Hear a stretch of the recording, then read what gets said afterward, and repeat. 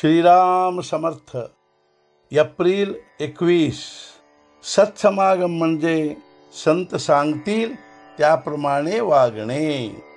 कोणत्याही मंगल कार्यात सर्व आधी गणपतीचे आवाहन करतात आणि सगळे कार्य संपले की सर्वांचे शेवटी त्याचे विसर्जन करतात.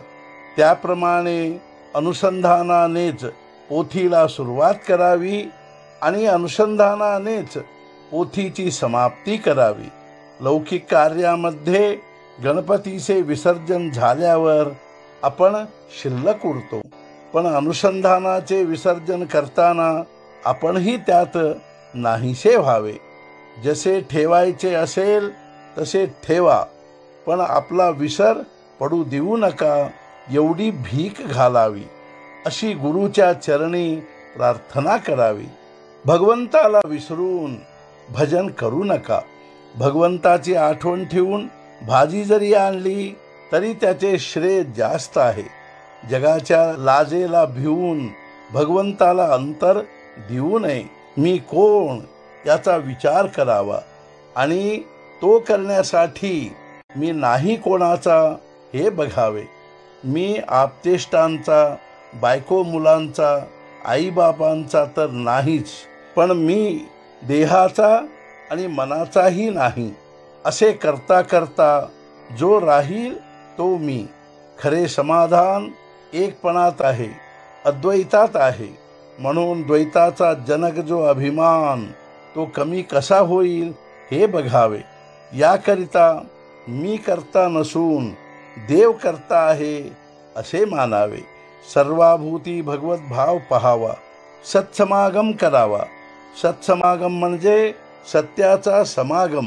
सत्पुरुषाच्या वचनावर विश्वास ठेवून त्याप्रमाणे वृत्ती बनविणे हा खरा सत्समागम आहे. संतावर अनन्य श्रद्धा ठेवा. त्यांच्या चालीने चाला. त्यांच्या समागमात दैन्य मानू नका. जे तुमची एकसारखी विषयातली नडच भागवतील ते संत नव्हेत. खरे संत विषयाची आसक्ती कमी करतात. अशा संताला शरण जावे. निर्विषय चित्त संतांनाच करता येते. संत हे ईश्वर दर्शनाची तळमळ उत्पन्न करतात.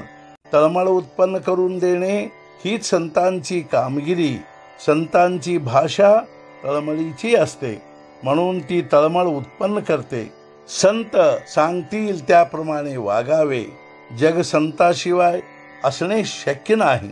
जे देहात दिसले पण वस्तुतः देहातीत राहिले ते संतच होत. आम्हाला त्यांना ओळखता येत नाही, याला काय करावे? नामाच्या योगानेच संत ओळखता येतात, जोडता येतात आणि टिकवता येतात. जो भगवंताचे नाम घेईल त्याला संत भेटेल आणि तो त्याला भगवंताची प्राप्ती करून देईल. त्याचे कुठे अडणार नाही. पण जो नुसत्या शब्दज्ञानाच्या मागे लागेल त्याला आसक्ती सुटणार नाही आणि त्याचे जीवन सार्थकी लागणार नाही. आजचा मुख्य विचार: संतांच्या पदरात पडले की तो आपली लाज राखतो. सद्गुरुनाथ महाराज की जय.